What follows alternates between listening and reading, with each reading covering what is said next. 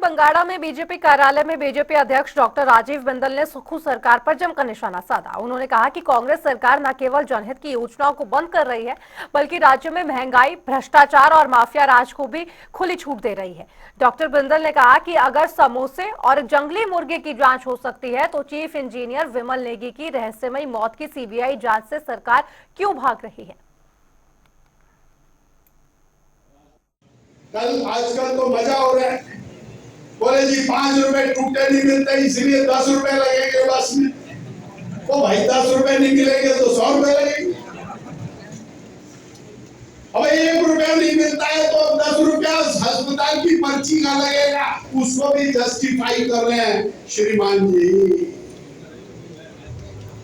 65 रुपया सीमेंट का गड्ढा बढ़ गया, 10.5 रुपया डीजल पेट्रोल बढ़ गया, राशन में चावल और दाल के दाम बढ़ गए, तेल के दाम बढ़ गए, स्टाम्प ड्यूटी बढ़ गई, रजिस्ट्रेशन फीस बढ़ गई, पानी का दाम बढ़ गया, बिजली का दाम बढ़ गया, बसों के किराए बढ़ गए।